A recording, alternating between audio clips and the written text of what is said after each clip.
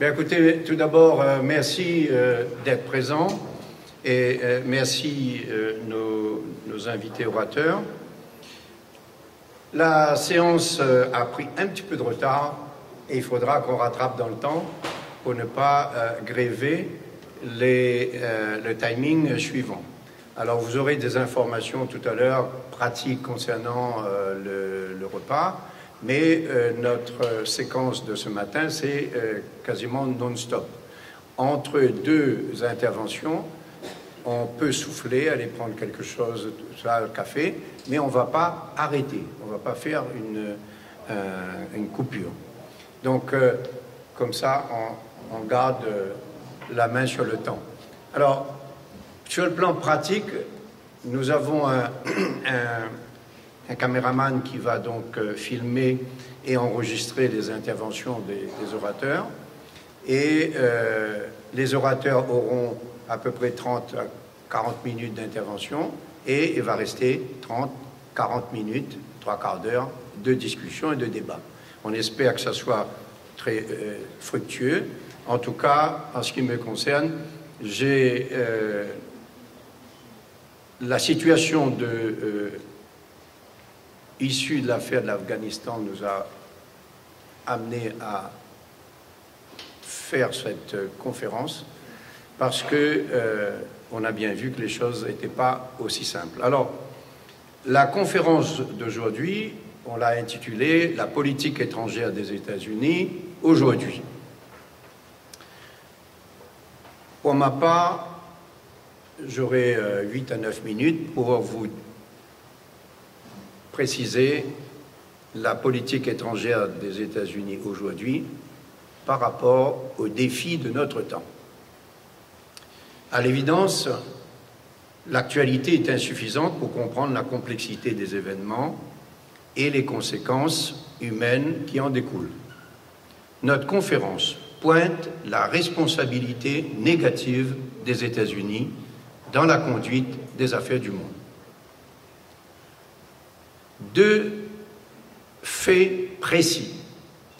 Le 15 août, les talibans reprennent le pouvoir en Afghanistan. Et un mois après, le 15 septembre, l'Australie rompt un contrat de 12 sous-marins déjà signé avec la France. Dans les deux cas, on trouve à l'origine une décision unilatérale des États-Unis.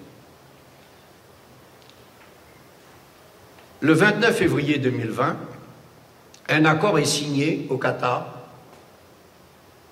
entre l'émissaire américain Zalmay Khalilzad et le chef politique des talibans Abdul Ghani Baradar.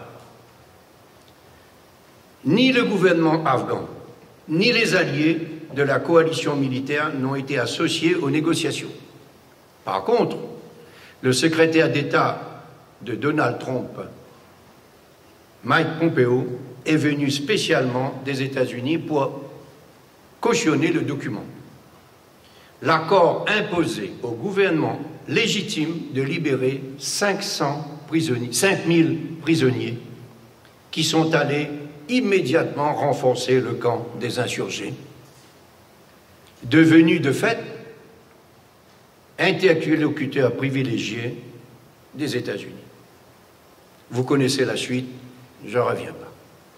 Ce qui s'est passé était conforme aux intérêts des États-Unis, qui se proclament champions du monde libre, de la démocratie et des droits de l'homme, mais qui n'ont pas eu un mot de compassion pour les dizaines de millions de filles et de femmes restées au pays et dont l'avenir est compromis. Le deuxième point, ce n'était pas conforme aux intérêts des États-Unis la vente de 12 sous-marins signés entre la France et l'Australie depuis 2019. Ils ont torpillé un contrat de 56 milliards pendant que la France était engagée à leur côté en Afghanistan. Au-delà de la morale, le montant de ce marché piqué à la France est 7 fois supérieur aux 36 avions Rafale qui étaient vendus à l'Inde. En bref, les talibans qui gagnent, la France qui perd, les États-Unis qui sèment le désordre. Et en quoi ça nous concerne? Pour comprendre ce qui se passe,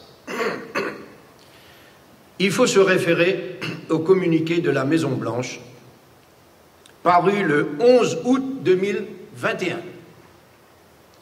Ce jour-là, les talibans sont quasiment dans Kaboul. Ils sont arrivés le 15 août. Les alliés sont empêtrés dans l'urgence des évacuations. La panique est partout, c'est le chaos. Biden communique ses priorités. Et je vais vous lire. Le président Biden est ravi d'annoncer aujourd'hui qu'il réunira au mois de décembre les dirigeants d'un groupe diversifié de démocraties du monde entier à l'occasion d'un sommet virtuel pour la démocratie qui sera suivi dans un an environ d'un second sommet en personne. Le sommet virtuel, qui se tiendra les 9 et 10 décembre, permettra de dynamiser les engagements et les initiatives autour de 3 thèmes principaux. La défense contre l'autoritarisme, la lutte contre la corruption et la promotion du respect des droits humains. Après une année de consultation, de coordination et d'action, le président Biden invitera les dirigeants du monde entier à se réunir une nouvelle fois pour présenter les progrès réalisés par rapport à leurs engagements. Les 2 sommets réuniront des chefs d'État, des représentants de la société civile, du secteur philanthropique ainsi que du secteur privé et seront l'occasion pour les dirigeants du monde entier de s'écouter mutuellement, d'écouter leurs citoyens, de partager leurs réussites, de susciter une collaboration internationale et de parler honnêtement des défis auxquels la démocratie est confrontée afin de renforcer collectivement les fondements d'un renouveau démocratique. C'est le communiqué de la Maison-Blanche. Mes amis, ça s'appelle une déclaration de guerre idéologique avec son plan stratégique qui est lancé à la veille du 50e anniversaire de la visite de Nixon en Chine du 21 au 28 février 1972, qui était précédée par celle de Kissinger. Mike Pompeo, l'ancien directeur de la CIA, devenu secrétaire d'État de Trump, l'avait déjà expliqué dans un discours tenu le 23 juillet 2020, un an avant, à la bibliothèque présidentielle et au musée Richard Nixon.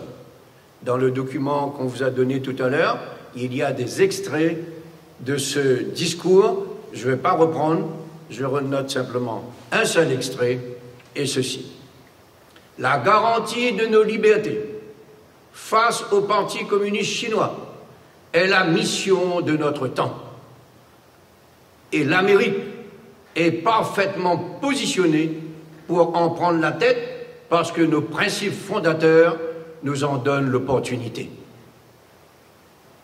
Biden continue le travail de Trump et il y aura cette réunion le 9 décembre.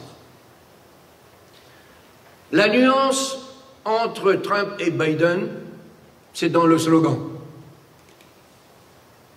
Pour Trump, cette politique, c'est « Make America Great Again ». Et pour Biden, « America is back ». À travers ces 2 slogans, une question se pose. N'est-ce pas une prise de conscience d'avoir échoué, de rester le premier de la classe, et qui alimente la peur d'un déclassement, et donc du déclin de l'Empire? Car, en quoi la Chine, Cuba, l'Iran et la Syrie est responsable de l'invasion des Capitoles? En quoi l'Iran, la Chine, Cuba, tout ça, est responsable du scandale d'un noir étouffé sous le genou d'un policier blanc. En quoi ces pays-là sont responsables de la construction d'un mur à la frontière du Mexique et la dette de 30 000 milliards qui ne seront jamais remboursés? Et les millions d'étudiants endettés jusqu'au cou, les exactions de la CIA et la SNA, rendues publiques par Snowden et Julian Assange, les 700 000 morts Covid, ne sont-elles pas des signes d'un déclin intérieur? Face à ces excités de l'Empire, il faut écouter, réécouter, écouter, réécouter encore le discours de Xi Jinping au Forum économique mondial de Davos le 17 janvier 2017.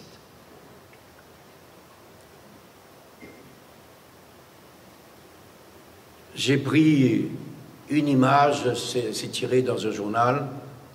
Le discours du président chinois Xi Jinping au Forum de Davos a été interrompu à plusieurs reprises par des salves d'applaudissements. Vous verrez en écoutant Xi Jinping un dirigeant calme qui délivre une analyse pertinente et des propositions concrètes pour tous les peuples. Il a reçu des ovations debout de 3000 participants. Cet exploit du premier communiste chinois a accentué le sentiment de déclassement chez les dirigeants américains, ce qui expliquerait la politique de gribouille, la fuite en avant. Nous avançons l'hypothèse que la politique étrangère américaine est un épouvantail pour cacher un système miné de l'intérieur, incapable d'offrir au monde une perspective d'avenir pour tous. Les défis communs de notre temps doivent être traités en commun et dans le respect de la souveraineté des peuples. Je cite des défis communs. La lutte contre les maladies émergentes, la réalisation d'une civilisation bas carbone, la sauvegarde de la biodiversité et les objectifs du millénaire du développement durable et l'agenda 2030. Dont la priorité des priorités, c'est l'éradication de la pauvreté. Et ça interroge les pays riches. À partir de leur poste d'observation, nos trois invités donneront leur appréciation. Nous attendons vos remarques de la salle et nous espérons des échanges fructueux. Je termine sur une remarque. Pour ceux qui s'interrogent sur le sens de notre initiative, je voudrais vous rappeler que le 4 septembre dernier, cela faisait 25 ans que Paul Vergès et Philippe Bern avaient lancé l'alerte contre le réchauffement climatique et ses conséquences pour la Réunion. En 25 ans, le sujet a croisé une conscience planétaire. Demain, le 31 octobre 2021, s'ouvre à Glasgow le COP 26.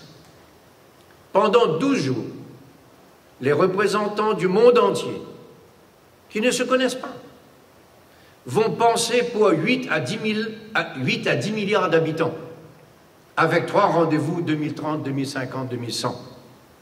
Cette démarche de rassemblement sur l'essentiel montre que les problèmes ne sont pas là-bas et nous, ici, tranquilles. Nous faisons partie du monde et des contradictions du monde.